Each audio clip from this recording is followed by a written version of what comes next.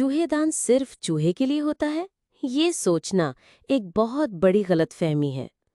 ایک چوہا کسان کے گھر میں رہتا تھا۔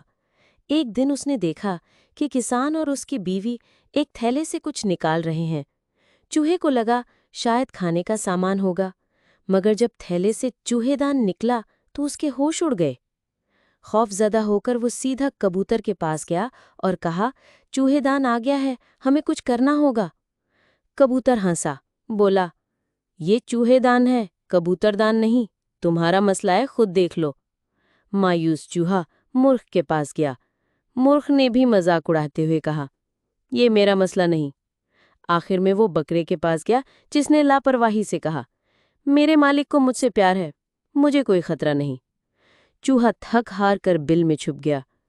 اسی رات چوہے دان میں کھٹاک کی آواز آئی، لیکن پکڑا چوہا نہیں بلکہ ایک سانپ تھا۔ کسان کی بیوی نے اندھیرے میں سانپ کی دم کو چوہا سمجھ کر پکڑ لیا اور سانپ نے اسے ڈس لیا۔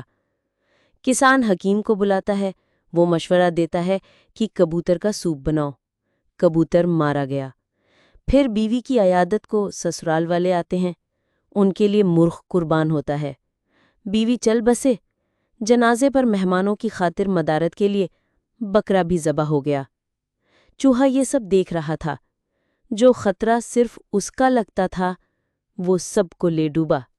دوستو، اگر کوئی آپ کے پاس آ کر اپنا مسئلہ بتائے تو ہنسی میں نہ اڑائیں۔